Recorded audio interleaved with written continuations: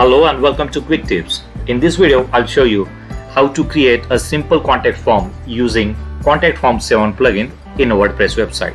Now, Contact Form 7 is a free plugin that you can use to create a simple form on a WordPress website.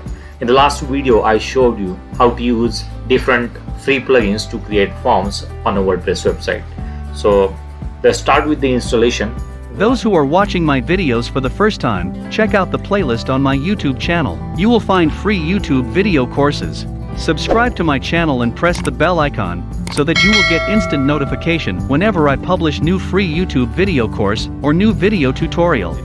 Let's go to plugins, click on add new. Now here in the search, type in Contact Form 7. Now this is the plugin that we are going to use. I already have this one installed, so it shows active. If you are using it for the first time, you will see the button like install now. Click on it, and after that it will give you an option to activate. Click on activate it. Alright, so in the left hand side you will see the option contact. Click on it. Now it will show you the forms that are already created. I already have one form created here. Now in this video I'll show you how to use all the fields of this Contact Form 7. So let's create a new one and just name it as test form. Whatever you want to name, this will be the name of the contact form that you're going to use. Okay, so this is the name. Now whenever you create a new form, it will show you the default fields here. Okay, so this will be your name, your email, subject, and the message. So these are the 4 fields that will be created automatically by the Contact Form 7. Now this is the first field, is the text field. You will see it here, text, and this sign is for the required field. If you remove this one, then this field will not be required, so this will become an optional field. If you put it again, this field will become required field, so the customer will have to fill this field. Without that it will not complete the form. So just make it as required so that people will understand that this field is required. Now this is the email field. You will see the second option, email. It is here, and you will see the sign is here, so it is a required field. Let's copy it and make it required so that people will understand that they will have to provide an email to complete this form. Okay, the next field is URL. That will be the URL that people will enter here, so it will actually validate if it is URL or not. Okay, so let's name it as URL and just make it optional. Delete this one. We are adding a new field to the form. Okay, now click on this one. We have deleted the other shortcode and click on it. Just make it is not required, so leave it as it is and just URL test. Okay, default value, just make it as, so that people will understand that they have to enter the URL of whatever thing they want to enter. So insert tag. Okay, now we are going to create a new field here. Let's copy it and delete everything from here. Now the next field is number. This will be the number field. I'll show you how does this look on the actual website also. So first we will create a form using all these fields. Select number. Okay, spin box.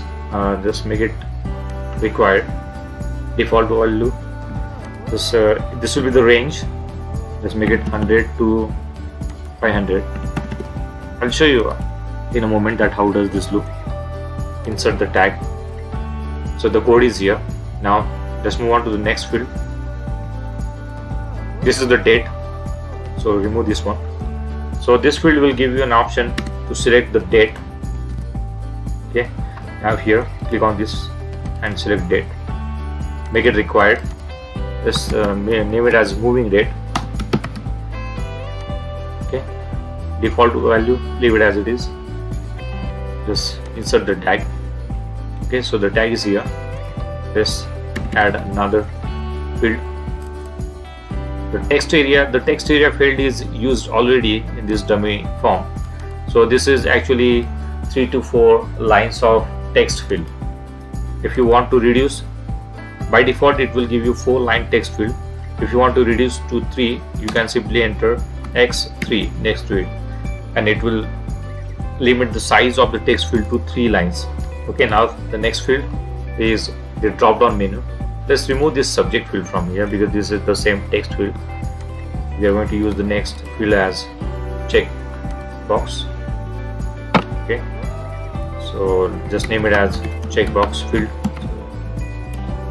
Now select, move your cursor here and click on it, check boxes, make it required. Okay, and name it as select option. I'll add some options here. The name of the people, Jim. Okay, so I have added 4 names here, so people will be able to select one of these, and you can add 1 option per line. Okay, now insert the tag. So the code, the tag is here. Let's copy this one and use the new one and name it as a radio button. The next field is radio buttons. Okay, so click on radio buttons. This is similar to the checkbox. The name of the field is radio buttons, and I'll add some other names here. Okay, so these are the names. Insert the tag. Now the next one is acceptance, so I will move it at the bottom. Okay, and remove this, make it accept, and select this one. Just change the name to accept.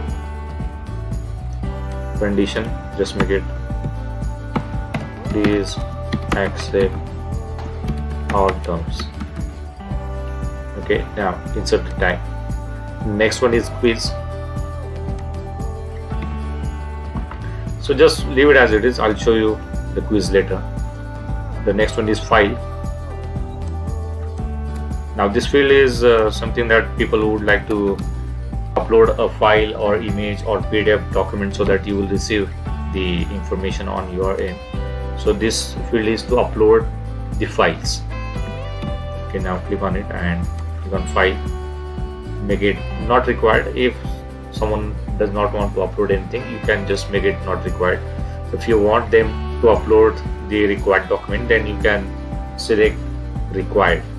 Here is the file size limit. You can limit the size that they can upload, and these are the types of the files that you want people to upload. Apart from that, they will not be able to upload any other files type. Okay, now insert the tag, and the submit is the last one that we have already used here. This is a button. The submit button will be shown here. Okay, now save the form. We have actually created the layout of the form. Now we have saved the form. Okay, now it shows one configuration error here. Let's check. Now let's remove the label from here, from the radio button. Save it again. Let us see what is the issue here. Okay, we have removed the label from the checkbox also, and the error is gone now. Click save. Okay, now we are going to change the mail settings. Now click on mail. Now these are the fields that are used here. These are the fields you will be able to receive on your email address. Now the first one is the to, that is the email address of the recipient. Now by default it will take the email address of the site admin. So whenever you install the WordPress, you provide one email address, and that default email address is the site admin email. If you want to change it, you can change it here. Okay, let me change it to this email address. Okay, now from, leave it as it is. This is the subject, so just change it. Okay, so this is the test. Now in the message body, if you want all the information, you can select all of these options from here, start to end. Now you see these are the bold options that are not used in the message body. So I'm going to paste them all here, and I'm going to name them. This is the first name for the name, then email, the URL, the number, the date, This is checkbox. This one is radio button. This one is file uploaded, and this one is message box, and this one is the accept button, the checkbox. Okay, so all this information will be emailed to your email address. Let's save it. Okay, now this is the shortcode of this particular form. So I'm going to paste this on one of the page. I'm going to create new page for this testing purpose. Let me name it as test. Publish it. Right now it is blank, so open it and see. Okay, this is the default page. Let me make the changes according to my theme. Okay, I'm going to add a shortcode here, so select this one and search for shortcode. Okay, select this shortcode and enter the shortcode of the contact form. Sorry, this is the shortcode. Let me copy it and enter the shortcode here. Update it. Now let's refresh the page and let's see how does the contact form looks. Okay, now you will see the form is here, the name, email, the URL, number. Okay, now date. I guess we have the date twice here. Okay, we did not change, we have the date twice. Okay, now leave it as it is. Okay, so this is the checkbox. Alright, now the radio. This one is the radio, file and message. I guess we missed something here. We missed the drop down box. Let's see how does the drop down box looks. So we have date twice, so change it to drop down. Delete this one. Select drop down. Make it required and name it as drop down. Whatever you want to name, you can name it. Let's select 1, 2, 3, 4. Okay, insert the tag and update the form. Okay, now here you will see the drop down is not used here, so it's showing the drop down here. After the date, you can make it drop down. Enter the code here and save it again. Okay, now refresh this page. Okay, now you see the drop down is also here, so you can select from the drop down. This is the checkbox. Let's check it. This is the radio and this is the file that you can click on browse and select the file that you want to upload. This is the message box and this is the accept button. Now let's try to fill up the form. Let's enter some dummy email address. Let's change it to whatever website that you want to enter here. Let's select the number. You can simply click on it here and change from here. Okay, remember we specified the range from 100 to 500. Now this is the date picker. Select the date, drop down, select number 2. Let's change it to this one and change it to this one. So checkboxes, you can select n number of options, and from radio box you can select only one option.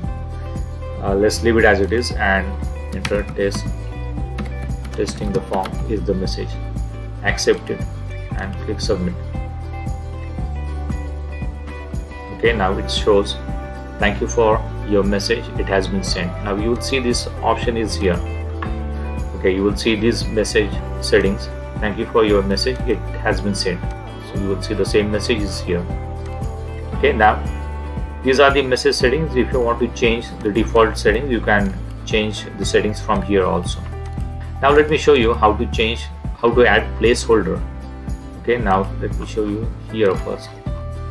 Okay, you see nothing is here. If you want to add placeholder, you can simply enter placeholder, and whatever you want to name that placeholder, you can enter it here.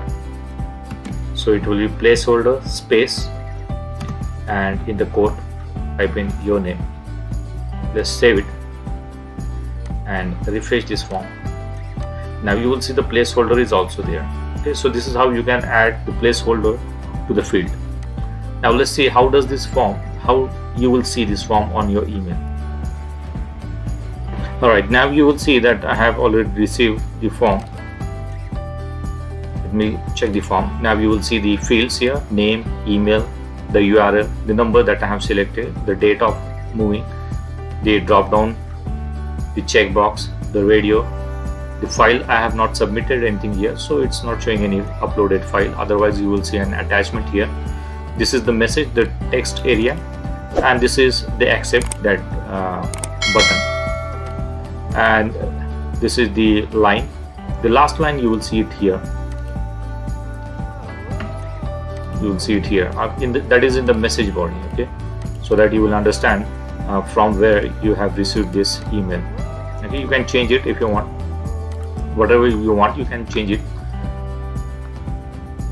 Okay, these are the additional settings, and these are the message settings. Alright, and this is your contact form. So this is how you can use contact form 7 to create a contact form in a WordPress website.